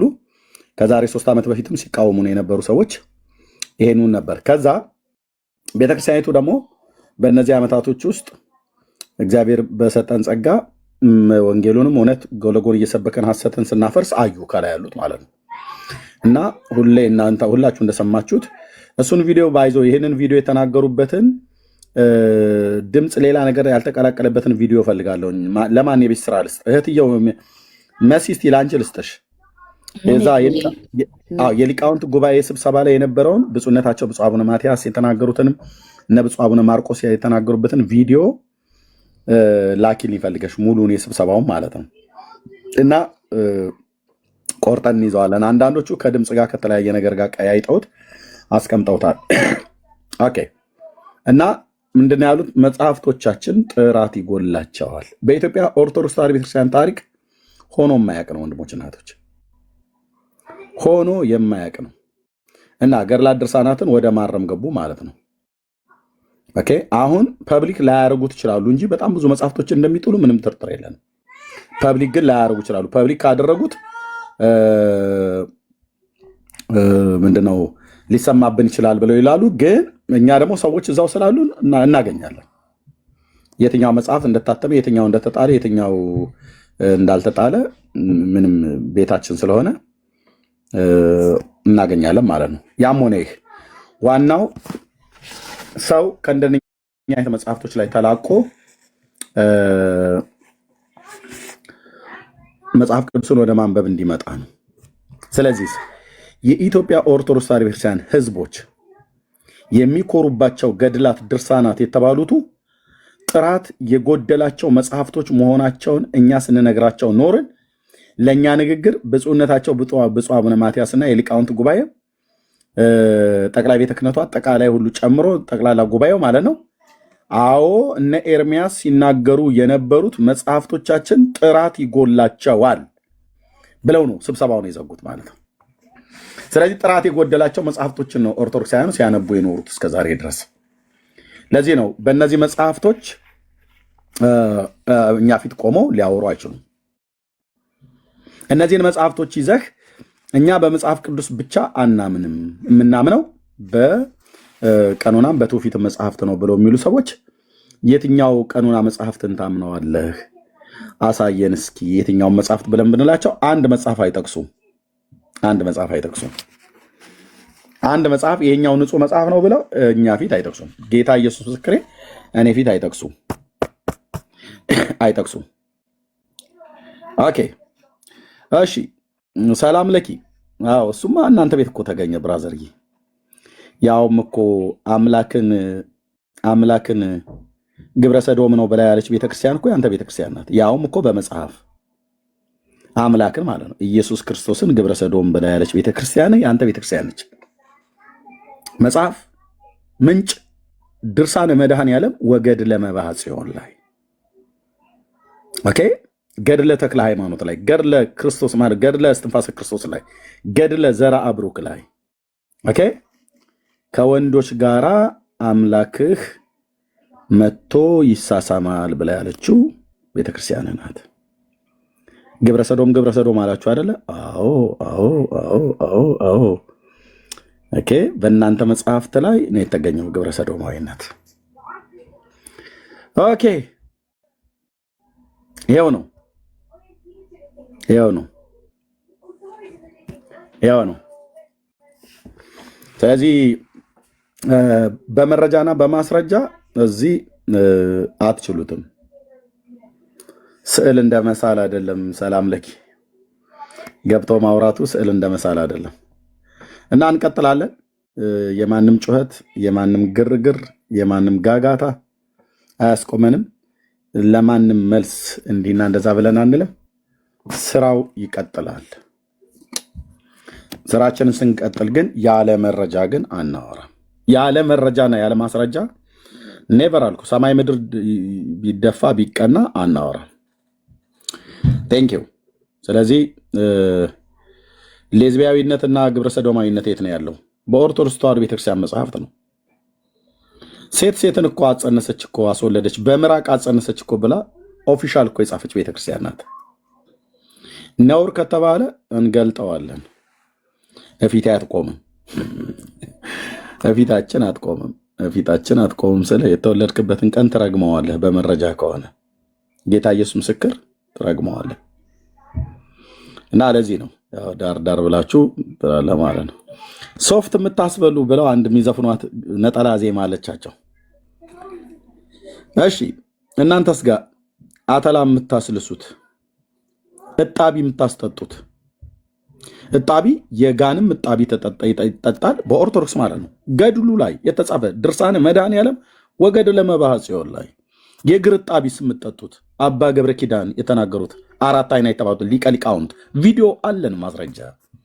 ይህም ብቻ አይደለም፣ ትውከትስ የምትበሉት የሰው ትውከት ማለት ነው። ሰው ያስታወቀውን ገድለ ድርሳነ መድኃኔዓለም ወገድለ መባዓ ጽዮን ላይ የተጻፈ ዲያቆናቱ ዲያቆን አማኑኤል የተናገረው ልብ በል ብራዘር፣ ልብ በል ብራዘር። እንደው ምንድነው የነካኩትና እንደሚባል አይነት ነገር ካልሆነ በስተቀር ማለት የትኛውን ቦታ ላይ ብሄድ የማቀርበው ነው መጽሐፉን። እኔ መጽሐፍ ነው ይዤ የምሄደው። ኤርሚያስ ሰደበን ብላችሁ አትሉም። የሰው ትውከት መብላት በላው እኮ ነው ያለ ዲያቆን አማኑኤል። ትውከትን ሰው ያስታወቀውን አሁን እናንተ በምን ንጽህናችሁ እኛን ልትከሱ ትችላላችሁ?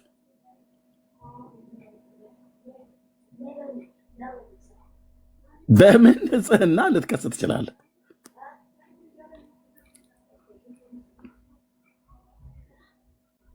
ሴት ለአፍ ተሳስመው ያረገዘችዋ ሴት ምራቅ ባላረገዘችዋ ሴት ውስጥ ገብቶ በዚሁ ብቻ ጸንሳ ተገኘች ብሎ በምን የሞራል ብቃት ግብረ ሰዶም ብላችሁ ትላላችሁ? ኢየሱስ ክርስቶስን አምላካችንን አይደል እንደ ስሙን ጠርታችሁ ከወንድ ጋራ ከንፈር ለከንፈር ሲሳሳም ስሜቱ መጣ እያላችሁ የጻፋችሁት? አትቆሙም። ምድር ይከዳሃል አልኩ።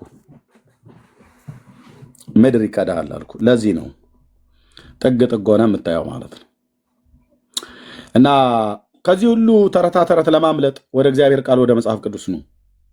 መጽሐፍ ቅዱስን አንብቡ። ጌታ ኢየሱስ ክርስቶስ ይወዳችኋል። እኛ ስንናገር በጥላቻ እንደናንተ ያለ መረጃ የምናወራ እንዳይመስላችሁ። እኛ ስናወራ በነጥብ ነው። በመጽሐፍ ገጽ እየጠቀስን ግዕዝ ከአማርኛ ቁጥር ከምዕራፍ እያሳየን ማለት ነው። ኦኬ፣ ዝም ብሎ በቡና ወሬ አይደለም። እንደዛ የለም። እዚህ ቤት ለዚህ ነው ደፍረው የማይገቡት።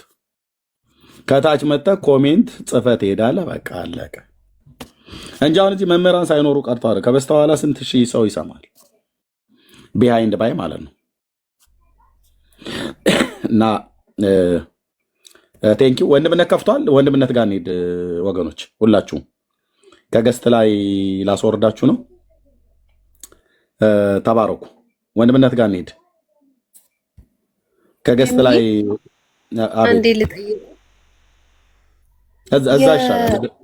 የምድሪቷ ኦኬ፣ እሺ፣ እዛ ነኝና ጠይቂያለሽ። እሺ፣ ተባረኪ፣ ቀበልሻለሁ። እዛ ወገኖች ቴንኪዩ፣ ተባረኩ። ወንድምነትን ኢንቫይት ላድርገው። ግዴታ ከመጣችሁ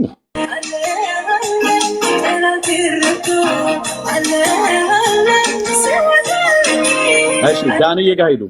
የምትችሉ ሰዎች መሄድ የምትፈልጉ ሰዎች ዳንዬ ጋር ሄዱ። እኔም እዛ እሱ ጋር ሄዳለሁ። ጸጋና ሰላም ቶሎ ኑና ፕሮግራማችንን እንጀምር። ጸጋ ይብዛላችሁ። ወንድምነት ተባረክ። ወንድምነት ይሰማሃል አይደል? ድምጼ ትንሽ ይረፍ፣ ከዛ እንቀጥላለን። ትንሽ ደግሞ እኛ ጌታ እናገለግላለን። ስለዚህ ያላችሁ ሰዎች ካላችሁ ረጅም ሰዓት ባንቆይም ግን ኑና አብረን ጌታን እናገልግል። ተባረኩልን። ቴንክ ዩ ጋይስ። አይ ቲንክ የወንድምነት